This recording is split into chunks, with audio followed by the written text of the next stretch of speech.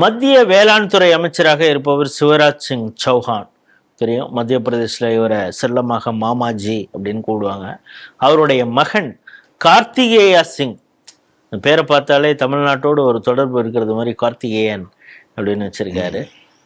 மத்திய பிரதேசம் ஜாபுவால 2018 தேர்தல் பிரச்சாரம் நடக்கும் பொழுது காங்கிரஸ் கட்சியுடைய ராகுல் காந்தி இந்த கார்த்திகேயா சிங்கு அவருக்கு வெளிநாட்டில எல்லாம் பெரிய அளவில் சொத்து இருக்குது, தன்னுடைய இது பணத்தை எல்லாம் அங்கே பதுக்கி வச்சிருக்கிறாரு. குறிப்பாக என்னன்னா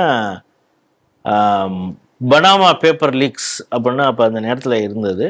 அந்த இதில் இவருடைய சொத்துக்கள்லாம் இருக்கிறதாக தகவல் இருக்குது அப்படின்லாம் அடிச்சு விட்டாரு. ஆனால் விவரமான அந்த கார்த்திகேயா சிங் என்ன பண்ணிட்டாரு, நீ இதை நிறுவியா அப்படின்னு சொல்லி அங்கே எம்எல்ஏ எம்பிக்களுக்கு எதிராக ஏதாவது ஒரு வழக்கு போடணும், அதற்கான சிறப்பு நீதிமன்றம் இருக்குது. அந்த நீதிமன்றத்தில் ஒரு வழக்கு தொடுத்த உடனே அவங்க இப்போ போபால் நீதிமன்றம், அது போபாலில் இருக்குது, நேரில் ஆஜராகி உன்கிட்ட இருக்கக்கூடிய ஆதாரத்தெல்லாம் குடியா அப்படின்னு கோர்ட்டு கேட்ட உடனே, ஐயையோ நான் ஏதோ ஒரு இதாக சொல்லிட்டேன், நான் வருத்தம் தெரிவிக்கிறேன், அது ஏதோ தேர்தல் பிரச்சாரங்கிறதுனால பேசிட்டேன் அப்படின்னு சொன்னதுனால இப்பொழுது அந்த கேஸை தள்ளுபடி பண்ணியிருக்காங்க. ஆனால் இது குறித்து பாஜகவுடைய ஷஷாத் பூனாவாலா என்ன சொல்லுங்க, புரளிகளின் தலைவனாக ராகுல் உருவாகி இருக்கிறார், தொடர்ச்சியாக அவர் இதே வேலையாக இருக்கிறார் அப்படின்னு சொல்றாங்க. அவர் தொடர்ச்சியாக மத்திய அரசின் மீதும் பிரதமர் நரேந்திர மோடி மீதும் சொல்லக்கூடிய குற்றச்சாட்டுகளை பார்த்துட்டு வரோம். நீங்க எப்படி பாக்குறீங்க? இல்ல, ராகுல் காந்திக்கு ஒரு வியாதி,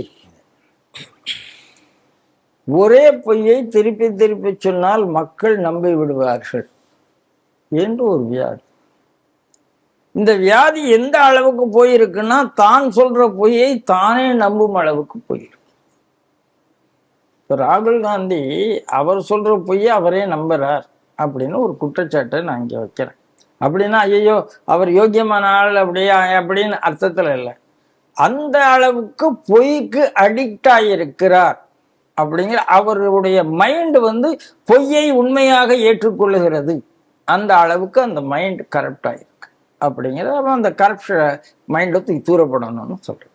இது ஒரு பக்கம். எல்லா இடத்துலையும் போய் ஷாவர்கர் மன்னிப்பு கடிதம் கேட்டார், கொடுத்தார். காந்தியினுடைய கடிதங்கள்லாம் கோர்ட்ல காமிச்சிட்டான், 10 கடிதங்களை காமிச்சிட்டான். அதுக்கப்புறம் இன்னும் அவங்க பதில் சொல்லாம இருக்காங்க. அதுல வரும் RSS தான் காந்தியை கொண்டது. அப்படி சொன்னார், நான் ஒட்டுமொத்த RSS இயக்கத்தை சொல்லவில்லைன்னாரு. அப்ப யாரு சொன்னீங்க? RSS காரன் என்று கூட கோர்ட் செய்ய சொல்ல முடியாது. அதுக்கு ஒரு மன்னிப்பு. ரஃபேல் சௌக்கிதார் சோர்ஹைன்னு ஏதோ பெருசா பிரச்சாரம் பண்ணி இந்த இயந்திரம்லாம் தூண்டி விட்டு அதுக்கு ஒரு மன்னிப்பு, இப்போ ஒரு மன்னிப்பு. அதாவது மன்னிப்புல ஒரு ஹேட்ரிக், எல்லாத்துலயும் ஒரு ஹேட்ரிக் அடிக்க மாதிரி மன்னிப்புல ஒரு ஹேட்ரிக் அடிச்சிருக்காரு.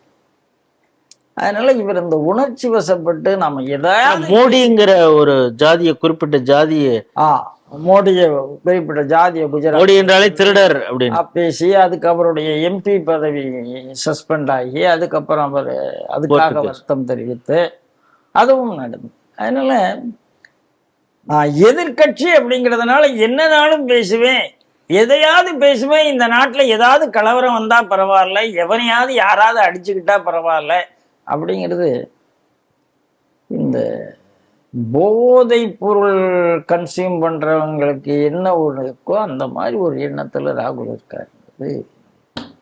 எப்ஸ்டின் ஃபைல்ல மோடி பேர் இருக்குன்னு புதுசா கண்டுபிடிச்சு சொன்னாங்க. அதான் இப்ப அவங்க திருப்பி சொல்றாங்க காங்கிரஸ்காரங்க பதில்.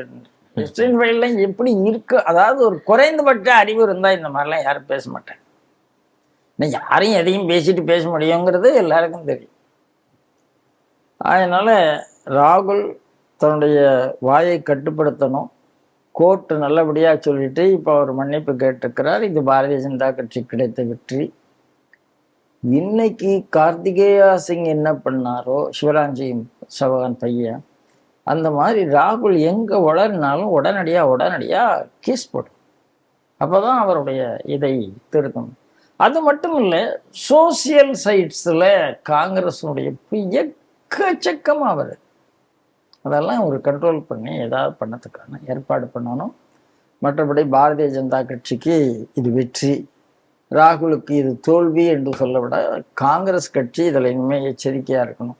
ஆனால் மீண்டும் மீண்டும் தொடர்ந்து ஒரு ஆள் பொய் சொல்லி அது மன்னிப்பு கேட்கும்போது எப்படி ஒரு ஹிஸ்ட்ரி ஷீட்டர் என்று சிலருக்கு பேர் வைக்கிறாங்க.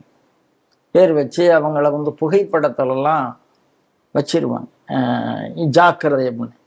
இனிமேல் எலெக்ஷன் கமிஷன் ஆஃபீஸில் இந்தியா முழுக்கிற எலெக்ஷன் கமிஷன் ஆஃபீஸில் பொய்யர் ஜாக்கிரதை அப்படின்னா ராகுல் காந்தி பெயரை வைக்க முடியுமா அப்படின்னா புதுசாக ஒரு ஆராய்ச்சி செய்யுது அப்படின்னு நான் நினைக்கிறேன். ஏன்னா எலெக்ஷன் ரிலேட்டட் பொய்யாத்தான் சொல்லிட்டு இருக்கிறாரு, வாங்கிட்டு இருக்கிறாரு. எப்படி பிக் பேக்கெட்டுக்கு நீங்கள் ஃபோட்டோ வைக்கணுமோ அப்படி இதுக்கும் ஃபோட்டோ வைங்க. இனிமேல் நாம் சொல்லுவோமே, சொல்லக்கூடாதுன்னு என்ன இருக்குது? நாம ஆரம்பிப்போம். எல்லா எலெக்ஷன் கமிஷன் ஆஃபீஸ்லையும் இனிமேல் ஹிஸ்ட்ரி ஷீட்டர் ஃபோட்டோவை எப்படி போஸ்ட் ஆஃபீஸ் இதில் போலீஸ் ஸ்டேஷனில் வைக்கிறீங்க அப்படி ஸ்டேஷன்லேயும் வைங்க அப்படின்னு சொன்னார். இந்த மாதிரி செய்தால்தான் இவர்களுக்கு அவமானம் அப்படின்னா என்னன்னு தெரியும். இல்லை அவமானம் இல்லாமல் பொய் பேசுகிறவர்கள், மனச்சாட்சி இல்லாமல் பொய் பேசுகிறவர்கள் சமூகம் எச்சரிக்கையாக இருக்க வேண்டும். எப்படி டீல் பண்ணணுங்கிறத சமூகம் தான் முடிவு பண்ணணும். அதுதான் என்னுடைய கருத்து. இன்றைய 5 செய்திகள் குறித்து மிக சுவாரஸ்யமாக ஸ்ரீ டிவி நேயர்களோடு உங்களுடைய கருத்துக்களை பகிர்ந்து கொண்டீங்க. மீண்டும் வரும் திங்கள் என்று சந்திப்போம். அதுவரை உங்களிடம் விடைபெறுகிறோம். நன்றி, வணக்கம். ஜெய்ஹிந்த், ஜெய் ஸ்ரீராம், வந்தே மாதரம். வந்தே மாதரம்.